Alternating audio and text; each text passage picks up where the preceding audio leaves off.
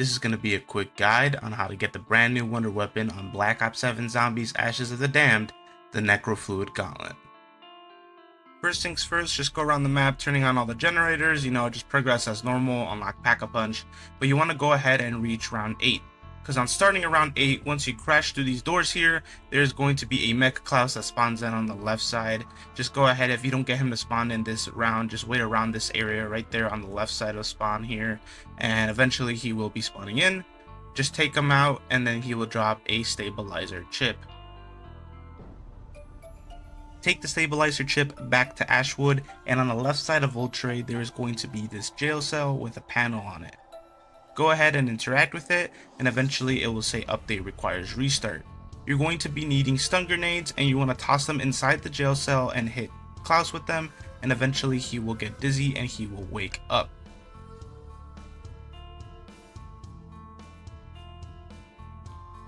Next, you want to make your way down to the Zarya Cosmodrome with Klaus, and on the right side here you want to go down the stairs, and there's going to be a sparking panel. Go ahead and call Klaus on top of this panel here, and he will do a little stomping animation and he will fix it for you. Make your way back to the panel now and go ahead and interact with it. Once you do that, a red circle will spawn on the ground. Stand on top of it and you will fill up the progress bar. For those playing in co-op, the person who activated the panel is the person that has to stand on it. Anybody else standing on it will block progress. Same thing with zombies, so make sure they do not step inside the circle. Should be pretty easy with Klaus helping though. Once you are done, this window will open up and you can take the ether barrel from inside. Now you want to make your way back to the truck. Just be careful you are not able to sprint while holding this, but make your way back to the truck, and we're going to go around each of the power stations and fill it up with ether energy. So the first one I recommend doing is going back to Ashwood. Once you're in Ashwood, make your way back up to the little energy station here and interact with it. You're going to be placing down the barrel. And now you don't have to get zombie kills or anything, you just have to survive, but eventually the bar will fill up all the way and then you can pick it back up. Once you pick it back up, you have about 1 minute and 45 seconds to get to the next power station before the energy depletes, and you have to do it all over again. Using the truck, make your way down to Blackwater Lake. You cannot take any jump pads as they will be disabled, and you can't even take them anyway because you will be dropping the canister. But same exact thing, repeat the same process, just wait till it gets filled up. Once it is done, pick it back up, get back into the truck, and make your way to the final location, which is going to be the Van Dorn farm. Once you are in farm for the final time, go ahead and do the exact same thing. Put it inside of the machine, wait till the bar fills up with the energy extraction, and after that you want to grab it and you want to make your way down to the basement of the farm. This is why I say that Van Dorn farm has to be the last one. The first two don't really matter as much when it comes to, which one goes first. But make your way down to the farm here, in the basement, and up to this mysterious box here.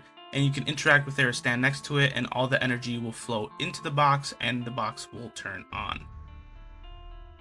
Next, you want to take this jump pad here towards Janus Towers Plaza.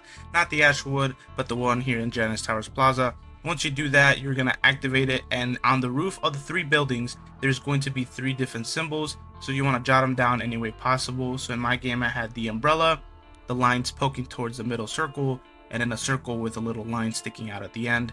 But if you do miss them and you want to get a second look, you can take the jump pad from spawn back to Van Dorn farm, and you can get a second look at them. You can repeat this as many times as you want until you have all 3 symbols.